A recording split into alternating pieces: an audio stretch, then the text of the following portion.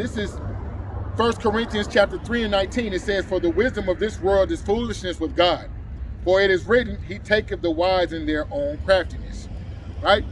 Hey, and the most subtile beast in the field, the most crafty of all nations round about is Esau Edom. Right? Going all the way back to the garden. That wasn't a snake. Neither was it a white man, but it was a Jake with that wicked Edomite spirit in him. That was doing what? The deeds of the wicked. Using subtlety, using his wit and being cunning and clever to do what? Deceive our people to thinking that his wisdom is to be desired, something that we should want to obtain. When, hey, gather yourselves together, O nation of desire. We've been sold to our enemies, and the Most High told us, hey, you won't find rest until you do what? Seek out the old path. Where is the good way? Right? Let me continue on. You know, I'm going to touch real quick on something in social media, you know, that I seen being a trend. You know, and the trend that I'm noticing is you have sons. You have men, they give birth to boys. The boys, they grow up and they end up coming against their father, slandering them. In social media, that's exactly what's been happening. You have Jake constantly rising up against his father, right? Initially, you had 50 Cent. He had a son by the name of Marquise. You have Master P. He has a son by the name of Romeo. And growing up in the 90s and the 2000s, you'll see Master P, you'll see 50 Cent on album covers with their son, you know, because the sons actually keep the bloodline going. That keeps your name going. Even though in our captivity, our names are not our own, but if you understand your seed is able to continue in the earth through your sons.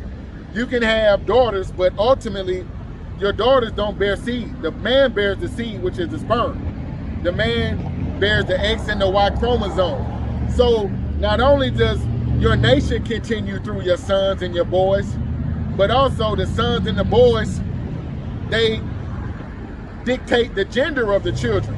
But the point that I'm trying to make is, every Jake that I bumped into, I know that he loves his son. But under this construct, in this captivity, you have a judicial system that's set up to do what? Reward the woman's bad behavior if she doesn't want to go the way of her husband.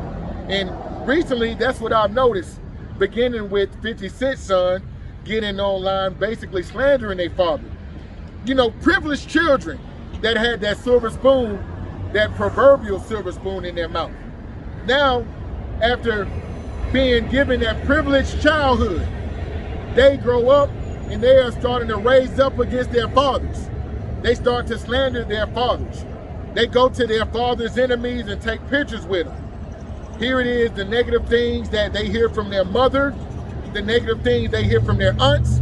They start to adopt this mentality. And what's even worse, they start to open their mouth wide and come up against their father, right? And I just want to touch on that real quick. And Lord willing, this be edifying. I'm going to start with the book of Proverbs, chapter 22 and verse 6. All right? And I just want to touch on, you know, Marquise and little Romeo. You know, two Jakes of renown in this society that the so-called white man has allowed them to, you know, be elevated within the recording industry, right? And we already know, for you to be elevated within Esau Amalek's recording industry, you have to do all type of vow, lewd rituals. You have to sacrifice your integrity, your standards, your morals, your values, just to do what? Pretty much be in a position where you're elevated above your people to influence them to go contrary to righteousness. Master P, the Ice Cream Man, the Hot Boys, Turk, BG, Lil Wayne, right? Oh, I'm sorry, that's Cash Money. But when you're dealing with Master P, you're dealing with Silk the Shocker, C Murder. You see what I'm saying? Mia X. These were artists that came from up under Master P. And if you listen to the content and their offerings, their art, so to speak, it's nothing but wickedness. It pushed and forced a lot of Jake into the grave by doing what? Wanted to emulate what he was hearing them talk about, right? Here it is, they're boasting about having all of the material possessions that they got by bending the knee to Esau Edom. Now Jake want to go out here and commit all type of wickedness just to obtain that. So when you're dealing with Master P, 50 cents, G-Unit, you know, we were growing up, and when I was in school, that's when 50 Cent was being elevated, you know, by Dr. Dre, Eminem. But if you listen to 50 Cent's content, it's the same thing. You have adultery, you have, you know, bloodshed, you know, not coming with content that's encouraging Israelites to raise up against our enemies, or to rather be patient and wait for the Most High to raise us up. You'll have Jake joining gangs to do what? Slide and ride and harm his fellow brothers and sisters. So by no means am I defending Master P and am I defending 50 Cent. This is a cautionary tale, right? Because in this society, the scriptures tell us the mind that we should be in when it comes down to raising our children, even down to the mind that the child should be in when it comes down to how you address your father, right? And we're gonna get into that because the scriptures tell the parent not to be a lion in the household, to train up a child the way that they should go. And it tells the child to honor your mother and your father. Glory not in the dishonor of your father. So I just want to go into the scriptures real quick. And this is a cautionary tale, you know, to men in this society. You want to put all your heart, all your dedication into your child. When the scriptures, hey, Romans 15, things written aforetime were written for our learning. We're supposed to go into the scriptures and look at different accounts in the scriptures to let us know the type of mind we should be in the land of our captivity, right? So just jumping right into it, this is Proverbs chapter 22, verse 6, and it reads, train up a child in the way that they should go, and when he is old, he will not depart from it, right? The scripture said, train up a child in the way that he should go. So when he grows up, he will not depart from it. So the question you should ask yourself, what did 50 Cent put into Marquise? What did he train them up in? The knowledge of the Bible? Or did he push 50 laws of power in front of him, right? Did he put the power show that he produces in front of his child? Did he raise up his son in the knowledge of the Bible? I doubt it severely, right? Let me bring this out one more time. Proverbs 22 and 6. It says, train up a child in the way that he should go, and when he grows old, he will not depart from it. Right? Train up a child in the way that he should go. So when he grows up, you'll be able to know that child's standards, that child's morals, that child's values. You were his first teacher, right? You programmed him in righteousness, so when he grows up, he's gonna be moving according to the tenets of the scriptures, right? He's gonna be moving according to the knowledge of the Bible, right? Which tells a child how they should be, how they should conduct themselves, not only in the household, but when they are abroad, right? This is Sirach chapter 7, verse 23. Hast thou children, instruct them, and bow their neck from their youth. Hast thou daughters, have care of their body, and show not thyself cheerful toward them. Marry thy daughter, and thou shalt have performed a weighty matter, but give her to a man of understanding. Hast thou a wife after thy mind? Forsake her not, but give not thyself over to a light woman, right?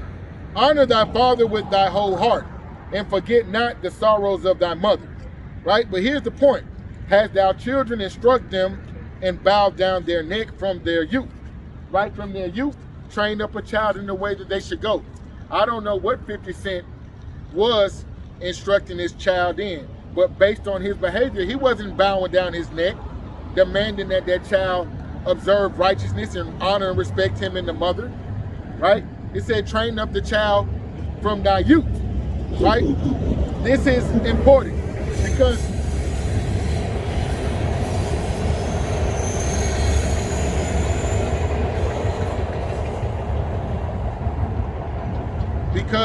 in this society, that child is constantly being influenced by things outside of your control, right? So you want to program that child with the righteousness of the scripture so they're able to resist the wiles of the devil, right? You want to be able to give them this school of thought so they'll know how they should conduct themselves around their classmates, around teachers, at the playground, in all different environments. It demands that we do what? Instruct the child, right? Let me bring this out in the book of Sirach 30 and verse 1, right? This is the book of Sirach, chapter 30 and verse 1, and it reads, he that loveth his son causeth him oft to feel the rod, that he may have joy of him in the end. He that chasteneth his son shall have joy in him, and he shall rejoice of him among his acquaintance. See, now is Master P being able to boast in his son? No, his son is slandering him. His son is pretty much exposing all of their family secrets, things that should be kept in private and discussed amongst the Miller family. Now, what is Romeo doing? He raising up against his father, calling him a hypocrite, slandering his name, telling people that he broke.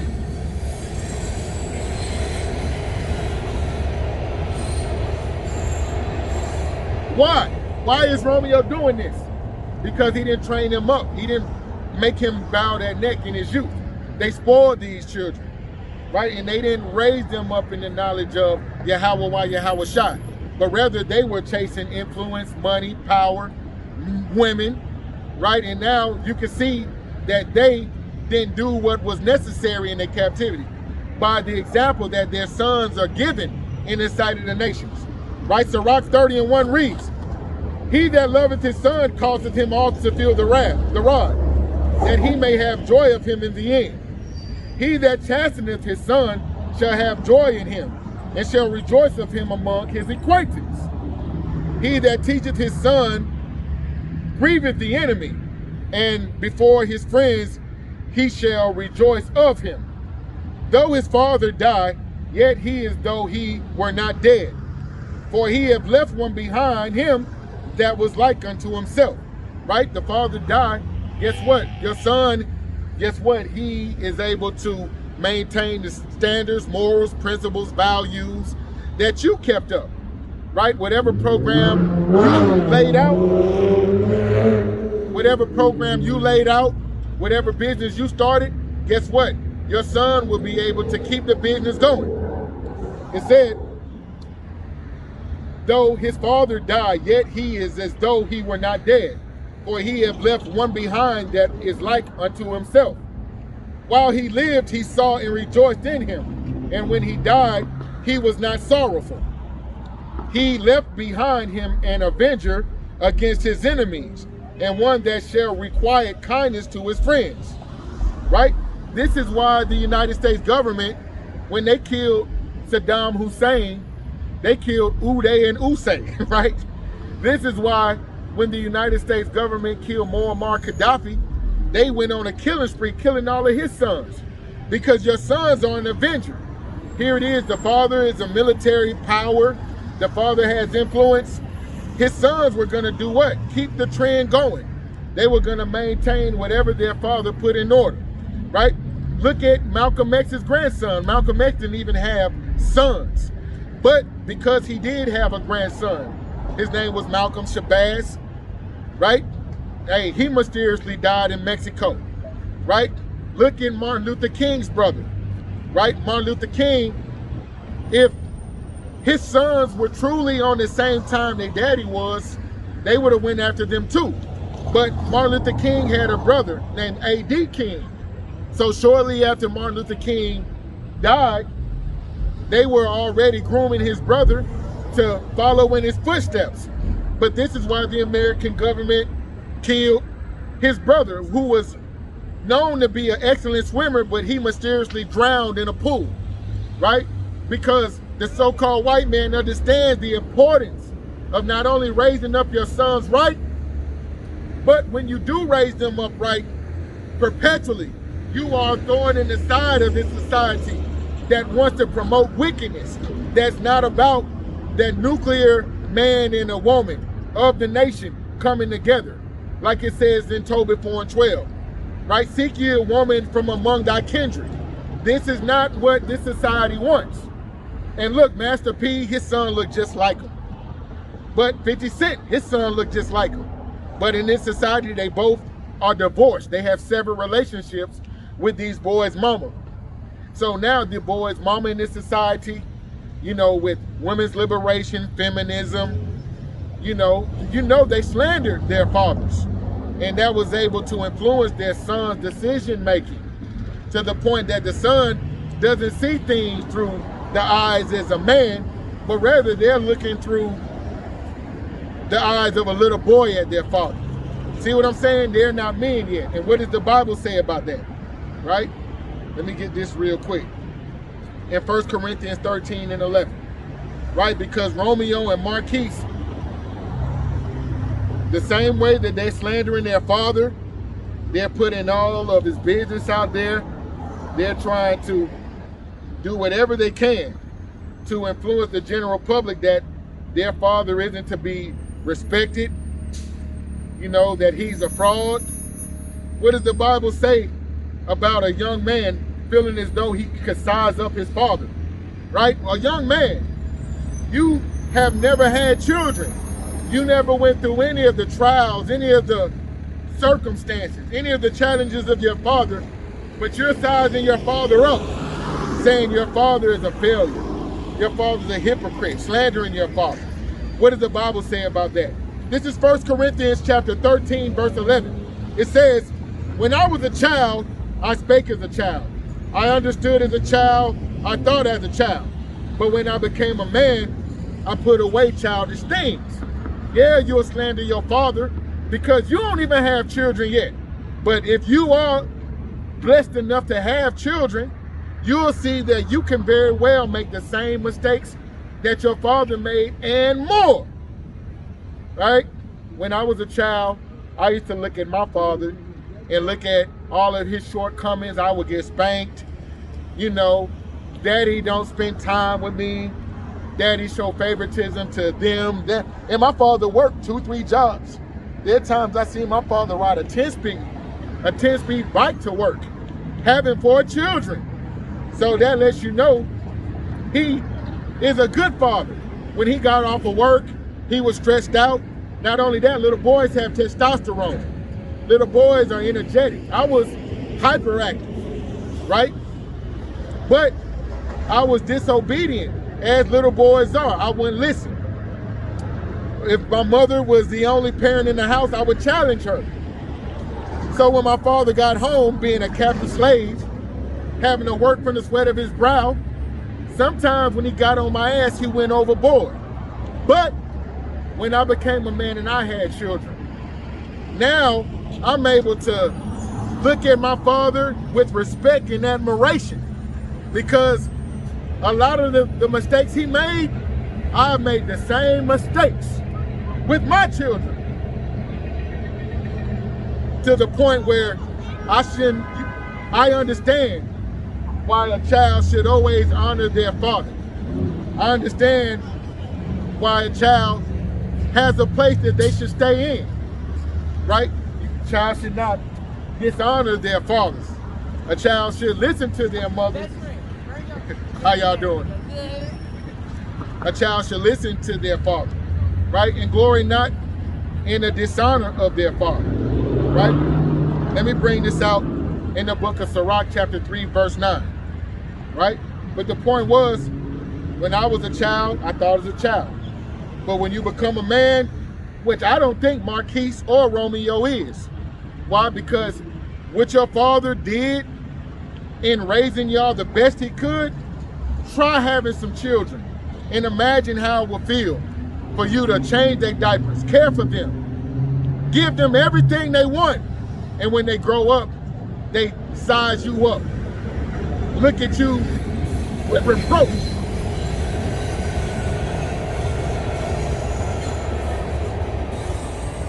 You do everything you can, right? Because Ice Cream Man, all them albums were to do what? Give his children a better life.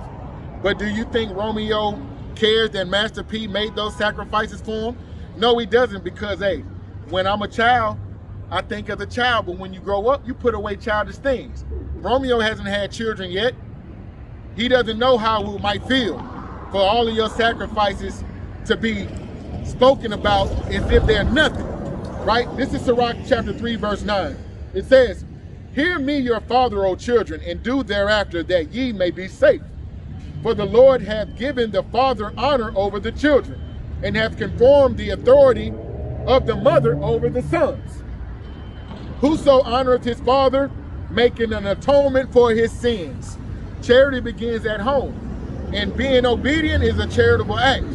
Doing what your parents tell you to do is how you cover a multitude of sins. Not only sins you committed in this life, but in the past life. None of us are blameless, and we're all worthy of death. And we all should understand we're at a deficit with our power. And the best way to please our power is to be obedient to those that the Most High have set over us, right? The ones whose legs we came from between being our mother and the ones that gave us life through that sperm in our father, right? Sirach chapter 3 and 1, one more time. "Hear me, your father, O children, and do thereafter, that ye may be safe. For the Lord hath given the father honor over the children, and hath confirmed the authority of the mother over the sons." Here's the point. "Whoso honoreth his father maketh an atonement for his sins, and he that honoreth his mother is as one that layeth up treasure. Whoso honoreth his father shall have joy of his own children, and when he maketh his prayer, he shall be heard." Hey, the Most High don't hear the prayers of the wicked. A part of the Most High actually giving you favor is to be obedient to your own mother and your own father. It says, "He that honoreth his father shall have a long life, and he that is obedient unto the Lord shall be a comfort to his mother. He that feareth the Lord will honor his father, and will do service unto his parents as to his masters. Honor thy father and thy mother both in word and deed, that a blessing may come upon thee from them. For the blessing of the father established the house of children, but the curse of the mother rooteth out foundation. Glory not in the dishonor of thy father." Again, this is Sirach 3 and 10. "Glory not in the dishonor of thy father." Again, this is Sirach 3 and 10. "Glory not in the dishonor of thy father, for thy father's dishonor is no glory unto thee. For the glory of a man is from the honor of his father, and a mother is in dishonor, is a reproach to the children." Right? Sirach 3 and 11. "For the glory of a man is from the honor of his father, and a mother in dishonor is a reproach to the children." Right? But the point is, glory not in the dishonor of thy father, for thy father's dishonor is no glory unto you. Right? And I had told myself I was going to bring this out. I used to have a derogatory term that's not in the Bible as stepchild. I was with a woman that had a child, and I came into her life when the young man was about 4 years old. And I was with her until this young man turned 18. And like I said, me and his mother, we have children now. But for about 5 years, it was just she, him, and I. And now keep in mind, this is a broken home. I didn't have any children, but I'm coming into the role of being a stepfather again, which is a thankless derogatory term. In the scriptures, you don't find men that actually will join into a family. No, that child go back with their father, and you put your seed in that woman. You know, she mourns or whatever, and you go forward with that lineage. But as he matriculated and he developed from a child into a man, he would hear about his mother, his aunt, slandering his father, basically telling him, you know, what his father's not doing, how his father dropped the ball, how his father doesn't support him financially. And he would hear these conversations. So he would begin to articulate, you know, oh, I don't care about my father. And then one day I had to pull him to the side. And I told him, watch your fucking mouth, little nigger. Because you don't know the ins and the outs of your dad's and your mama's relationship. Stay in your fucking place, right? Because your mom is not an angel, little do you know. And your father, guess what? You don't know what he went through, and you could very well grow up and do worse than your father has done. But what you want to do is shut your mouth, because you sitting here talking shit about your dad is like you pissing on your own feet. Don't think you make your dad look bad and you look good sitting over here with your mom. I told him, when them women in there talking, you stay the fuck out those conversations. And this is not even my child. But I understood the risk and the danger that he was walking into by doing what? Jumping into a conversation that had nothing to do with him. Speaking on people, chiefly his father, that you don't speak on your father, right? Because once you become a man, you'll be a lot more understanding. I understand your aunt and your grandma, they are telling you a lot about your father, giving you one side of the spectrum. What you do is you just don't open your mouth and say shit bad about your dad, right? Because guess what? Your dad loves you, but under this construct, hey, the Most High saw fit that he's not in your life. But I gave him this understanding. And from that day forward, he didn't even come around me speaking bad about his dad. And in this society, if a man actually lays down with your woman before you do, you like, fuck that nigga. But I couldn't send him up Shit's Creek without a paddle. I couldn't give him an evil lesson. I couldn't give him bad counsel, because I understood, hey, that boy loves his daddy, and I know his daddy loved him. But the anger that he might have felt, feeling like his daddy didn't want to be in his life, I told him, hey, just watch your mouth. I understand how you may feel, but it's a lot you don't understand. Just honor your father by doing what? Don't open your mouth and say anything negative about your father, right? Because you won't say nothing negative about your mom, and she's not innocent in any way, shape, or form. So, hey, after that, hey, we were able, and this is around the time he was about 12 or 13. He graduated high school. He's left the house. He's working. He has a girlfriend. He has favored the Lord. And a lot of that comes from, guess what? When you were feeling those feelings about your dad, I instructed him in righteousness. Train up a child in the way that they should go. You don't talk about your father. You don't shit on your father. That's like literally whipping out your shit and pissing on your own feet. You know, glory not in the dishonor of your father. Because in this construct, the most vulnerable, the most unrepresented, the most criticized, right? You could criticize a black, Latino, or Native American man in this society, and like I said, this is what gets people rewarded, right? But that's the apple of the Most High's eye at the same time, right? And the Most High, that's who he's dealing with. He said, the sheep of my pasture are men, right? The head of every man is Yahushua, and the head of the woman is the man. So the men of our nation are critically important. And if there is adversity where the Most High has put it in a woman's spirit to be against her man, the scriptures say that a wicked woman is given as a portion unto a wicked man. So a lot of times the Most High judges us, we not mindful of the scourges because we not moving according to understanding. If you're not trying to please God, what make you think he gonna give you a woman that's pleased to deal with you? Right? This is the scriptural biblical understanding and understanding that we're all at the bottom, right? In this mind, it's best that you don't have children. And you're able to focus your energies and do what? Being a minister, pleasing the Heavenly Father, doing the work of an evangelist, right? But to those that do have children, you're going to have trouble in the flesh. And ultimately, the way that you are able to establish a household is that man observing righteousness, right? And the Most High give you the best of the worst. A woman that you're pleased to deal with, a helpmate like unto yourself, right? A woman that will submit, you know, to a standard, to a degree, you know, in your captivity, right? But even when it comes down to men that are dealing with so-called whole problems, you know, that's the Most High's determination, right? And whatever the Most High puts on us in dealing with the opposite sex, women of our nation, hey, we got to take it cheerfully, because we're the Most High's women, and we constantly go off.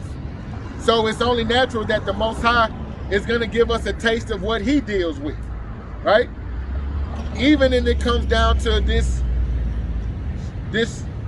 social structure where the woman is given incentive to go against the man, right? Let me bring this out one more time. This is the book of Sirach, chapter 3 and verse 10. Glory not in the dishonor of thy father, for thy father's dishonor is no glory unto thee. For the glory of the man is from the honor of his father, and a mother in dishonor is as a reproach to the children. Yeah, just imagine that your mama was a streetwalker, a stripper. No, it don't matter if she was a good mother. Does society know that's who your mama is? You know, men might come up and, oh shit, I thought I was your daddy, speaking derogatory about your mom, being in dishonor because guess what? She didn't want to carry herself with virtue as a chaste woman, like Titus 2 and 3. She didn't want to teach the young girls to be good mothers and good wives. But the same thing goes, what if your dad's a dope dealer? Your dad's a murderer. Your dad's a thief. Your dad's a killer, a slanderer, right? That's why the Bible says in the book of Sirach 3 and 10, glory not in the dishonor of thy father, for thy father's dishonor is no glory unto thee. If you sitting back and your dad is doing bad, you look bad. I don't care what your socioeconomic position is. It said, for the glory of a man is from the honor of his father, and the mother in dishonor is a reproach to the children. My son, help thy father in his age, and grieve him not as long as he liveth. And if his understanding fail, have patience with him, and despise him not when thou art full of strength. See, and this is what's happening. When Romeo and Marquise are full of strength, their father are aged men, now they're despising their father. They're raising up against their father.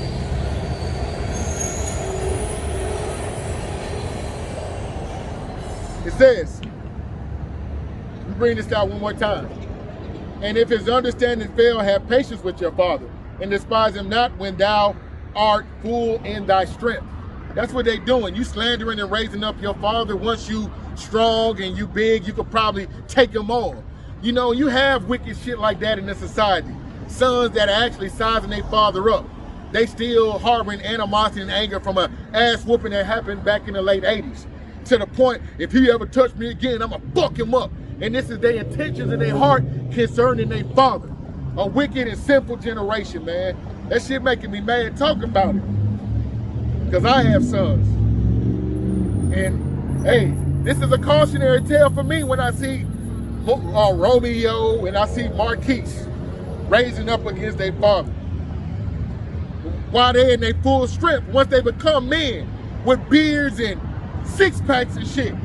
Now you want to size up the very men that would have easily laid down their life for y'all. This is Sirach chapter 3 and 12. My son, help thy father in his age, and grieve him not as long as he liveth. And if his understanding fail, have patience with him, and despise him not when thou art full in thy strength. For the reviling of thy father shall not be forgotten, and instead of sins it shall be added to build thee up. right? It said, for the relieving of thy father shall not be forgotten. So even if your father did go overboard with the ass whooping, or your father did get frustrated with your mom and leave the household, that's the curses of Deuteronomy, the 20th chapter, that the mother would despise her child and the men will leave his household. That's how we know we're the Israelites. But once you come in the understanding of the scriptures, then guess what? You move with understanding. You become a new creature. When your father is in old age, even though you can sit and you can repay him vengeance, eye for an eye, tooth for tooth, it said you're gonna relieve your father, right? You give him relief. You could harm him, but you say, you know what? I'm gonna maintain obedience, and I'm gonna treat my father according to scriptures and his blessings that come with that. See what I'm saying? Let me bring this out. It said in Sirach 3:13, for the relieving of thy father shall not be forgotten, and instead of sin, it shall be added to build thee up. And the reason why I'm getting emotional is because in this society you have that happen commonplace, Jake, that have this American dad story. He abandoned me, he left me and my mom. So you have a lot of men moving outside of the wisdom of the scriptures. Papa was a Rolling Stone. When he died, he just left me alone. That's glorying in the dishonor of your father. That don't make you look good. And to cover your father's shame, cover your brother's shame. When your brother do wrong and you know he wrong, what about mercy? What about forgiveness? They don't want to get that to so-called blacks, Latinos, and Native Americans. The mom could be a serial killer as far as the abortion clinic, right? The mother could be a stripper or a whore, but then it's, you know, does she get the Dear Mama song, right? And I'm not saying that, or am I encouraging our people to disrespect the mother? You're supposed to hold your father to that same level of respect and that same level of esteem and honor as you do the mother, right? But in this society, the mother, she's held beyond reproach. She could do all type of wickedness, and Jake can never get to the point where he'll articulate his anger and his discontent like he will with his father. Because, hey, the men of our nation, we are who the Most High is dealing with, right? If they hated our Lord and Savior Yahushua, they're gonna hate the men that come in his image, to come in the spirit of the nation, right? But the point is, glory not in the dishonor of the father. Let me bring this out in the book of Sirach 16:1. Just staying on the theme, right? This is Sirach chapter 16 and verse 1, and it reads, desire not a multitude of unprofitable children, neither delight in ungodly sons, right? This is Sirach chapter 6:1. Desire not a multitude of unprofitable children, neither delight in ungodly sons. Though they multiply, rejoice not in them, except the fear of the Lord be with them. Trust not in their life, neither respect their multitude. For one that is just is better than 1,000, and better is it to die without children, and better is it to die without children, and better is it to die without children than to have them that are ungodly. For by one that hath understanding shall the city be replenished, but the kindred of the wicked shall speedily become desolate. Right? That's the point. You can have multiple children. You know, Jake, it's good to have the quiver full of arrows. That's a commandment, be fruitful and multiply, right? But the scriptures told us not to glory in a multitude of unprofitable children, right? Let me bring this out one more time. Desire not a multitude of unprofitable children, neither delight in ungodly sons. Marquise and Romeo, those are ungodly sons. Y'all got on social media to slander your father in the face of their friends, their enemies, their business associates.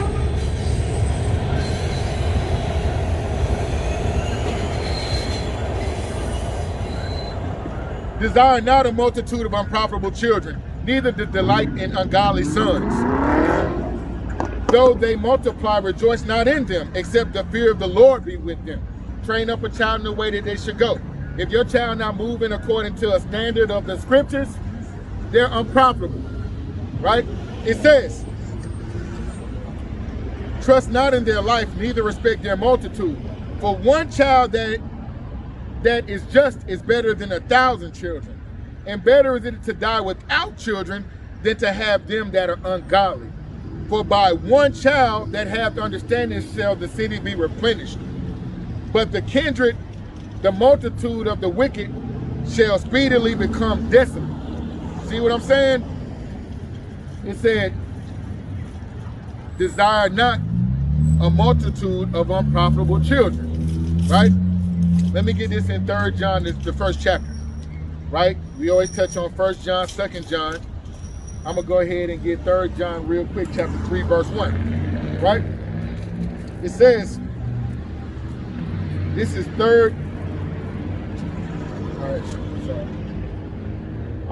this is 3 John, chapter 1, and I'm going to start with, I'll start with 3. This is 3 John chapter 1, verse 3, and it reads, for I rejoiced greatly when the brethren came and testified of the truth that is in thee, even as thou walkest in the truth. I have no greater joy than to hear that my children walk in truth.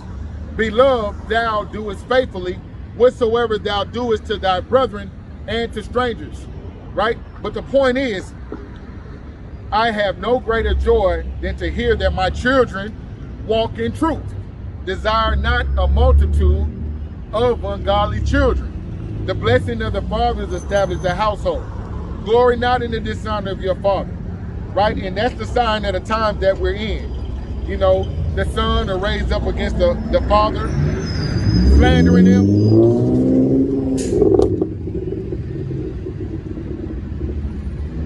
And that's truthfully the curses of Deuteronomy, the 28th chapter, right? Deuteronomy, the 28th, that's a pinnacle, critical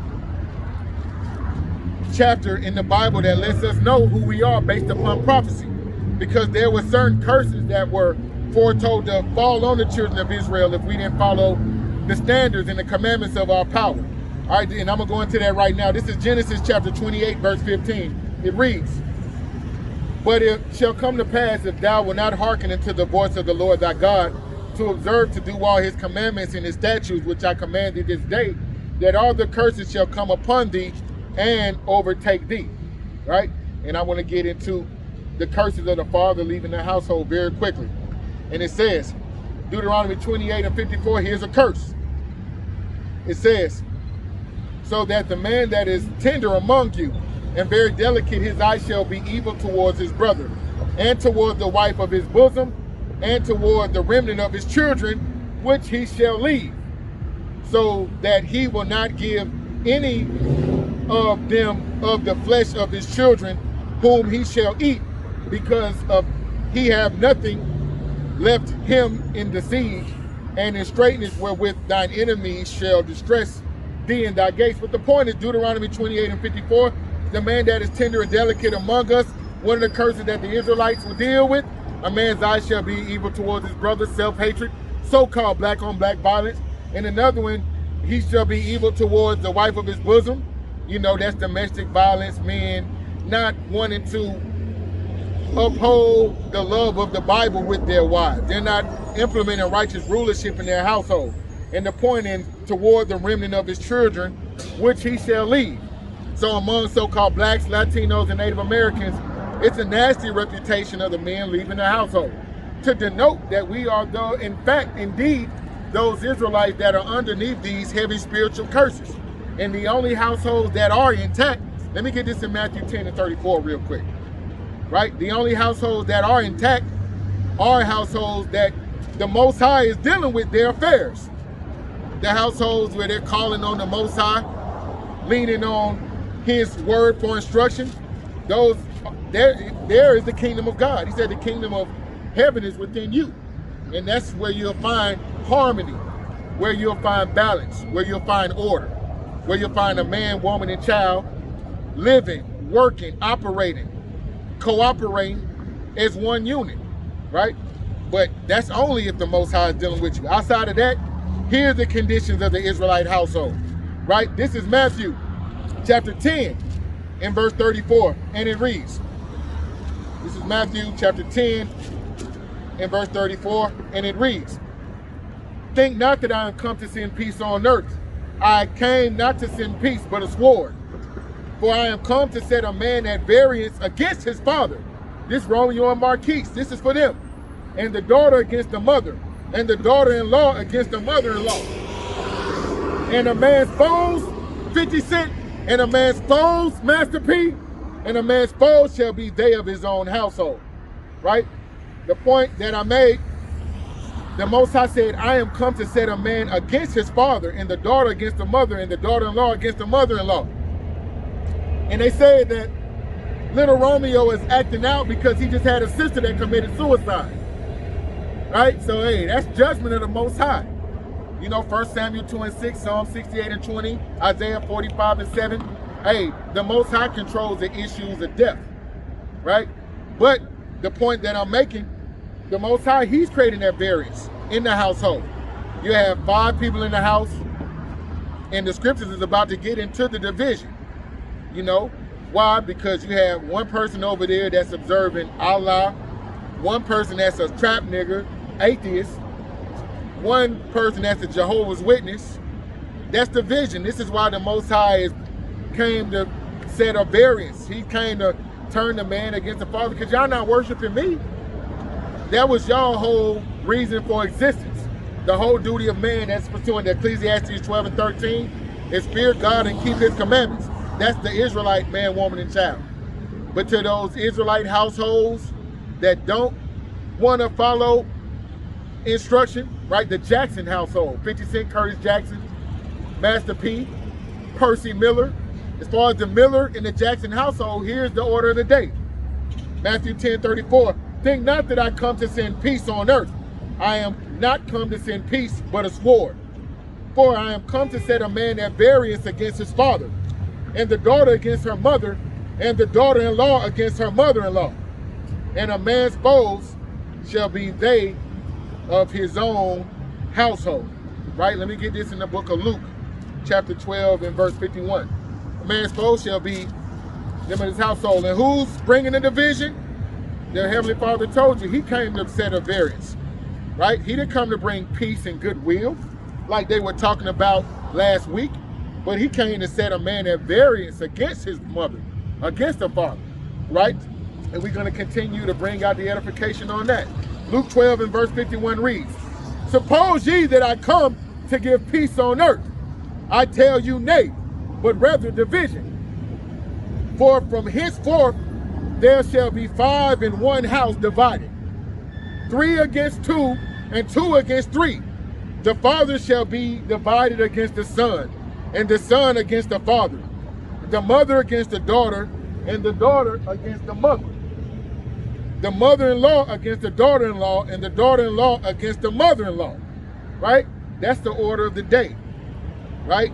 He said, suppose ye that I come to send peace on earth. Right? He didn't come to send peace, but rather division. Right? Deuteronomy 32 and 8 lets you know how he divided us from the nations. Leviticus 20 and 26 lets you know he severed us. The Most High is all about separating. That's what makes us holy. But even among his people, the Most High is breaking it up. Right? Even the 2/3, they're separated from the 1/3. That's pursuant to Zechariah 13 and 8. Right? But Luke 12 and 51 reads, suppose ye that I come to give peace on earth. I tell you no, but rather division.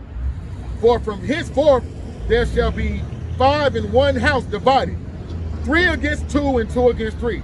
The father shall be divided against the son against the father, the mother against the daughter, and the daughter against the mother, the mother-in-law against the daughter-in-law, and the daughter-in-law against the mother-in-law.